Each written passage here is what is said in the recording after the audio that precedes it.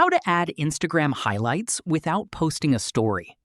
In today's video, I'll show you how to add an Instagram highlight without leaving your story visible for 24 hours. Instagram doesn't let you create highlights without first posting a story, but there's a simple workaround. Open the Instagram app and create the story you want to add to your highlight. When you're ready to share it, you can post it to your story or close friends. Either option will still let you add it to a highlight later. Once the story is posted, open it and wait until it finishes uploading. Next, tap the three-dot menu in the bottom right corner and select Archive. This removes the story from your profile while keeping it in your story archive. Now go back to your profile.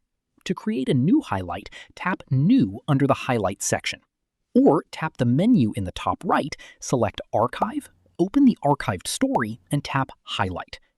Choose an existing highlight or create a new one, then tap Add. That's it. Your story is now saved as an Instagram highlight without remaining visible on your profile. If you found this tutorial helpful, click like and subscribe for more such content.